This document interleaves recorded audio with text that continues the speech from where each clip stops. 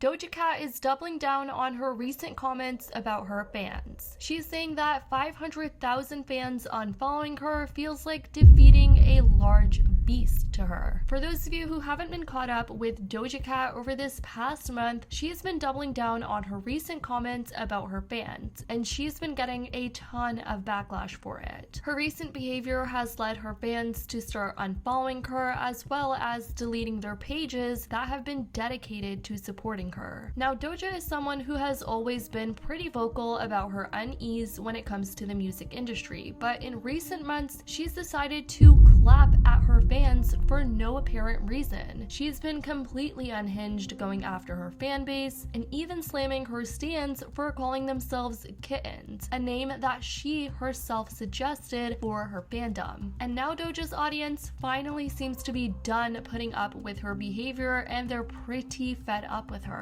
Doja Cat just continues to be a truly unlikable person.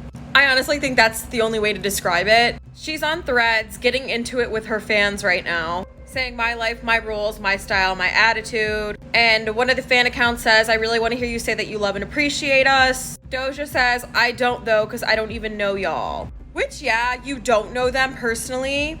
And I think that it's okay to establish a boundary with your fan base. But saying that straight up, I think is just nasty spirited. And to straight up say that to someone who has supported you and supported your craft and literally funded your entire lifestyle by supporting you just seems mean. This comment then goes on to say, and we don't know you personally, but we have supported you. You'd be nothing without us. You'd be working at a grocery store, which is kind of funny, in a garage band, Miss High School Dropout. So they kind of gagged her back, which was deserved. And she says, nobody forced you. I don't know why you're talking to me like you're my mother. You sound like a crazy person. You can't make your living off of people being obsessed with you and then call them crazy and weird for being obsessed with you. She's just being straight up mean to people now.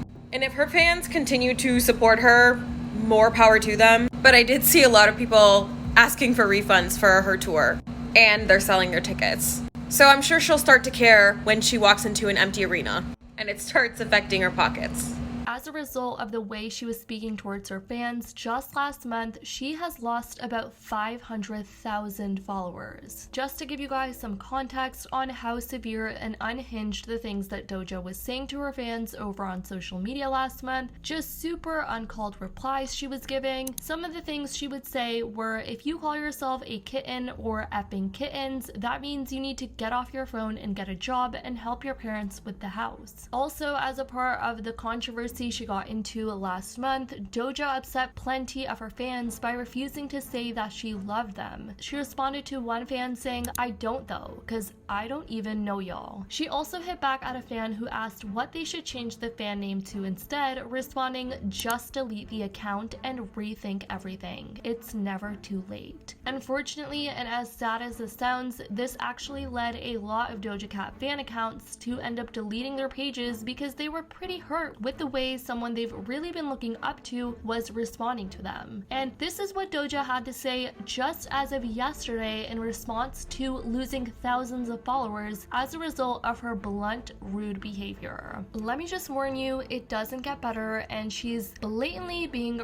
rude and arrogant to her fans who actually cared about her again. She posted this over on her Instagram stories yesterday saying, seeing all these people unfollow makes me feel like I've defeated a large beast that's been holding me down for so long, and it feels like I can reconnect with the people who really matter and love me for who I am and not for who I was. I feel free. That same day, Doja also came out with an interview with Harper's Bazaar, where she talked a little bit more about her personal life, some projects she's working on for the future, as well as, you guessed it, her fans. Let's go over some of the things she was asked as well as her responses. Towards the beginning, she was asked about her recent style change, and she was asked by the interviewer, you definitely push boundaries. Why do you think people go crazy when you do things like shave your head or eyebrows? To which Doja responded saying, my theory is that if someone has never met me in real life, then subconsciously I'm not real to them. So when people become engaged with someone they don't even know on the internet, they kind of take ownership ownership over that person. They think that person belongs to them in some sense. And when that person changes drastically, there is a shock response that is almost uncontrollable. I've accepted that that's what happens. So I put my wigs on and take them off. I shave my head or my eyebrows. I have all the freedom in the world. Now, I do think there's some truth to what Doja is saying in her response here, but I think that what a lot of people can agree on was the way exactly she had responded to her fans. She could have definitely been less harsh, and the approach was just not it. She said, I put myself out there on social media and TV, but I don't really put myself out there in real life. She was asked, what do you imagine is next for you? Doja said, there are other kinds of projects I want to branch out into. Doja hasn't been shy from expressing that music isn't really something that she is all that into as much. She said, there are other kind of projects I want to branch out into. I want to make clothing, dabble in makeup, I want to explore acting. Then she was asked about her potential acting career. Do you envision acting becoming a big part of your career? I would love to do movies that I believe in. I would have to stop the music for a minute, but I would be down to immerse myself in acting for a certain period of time. I love comedies and action films. I want to learn martial arts and be in a film like John Wick. She also dabbled in and talked a little about respect and earning respect as a very popular musician.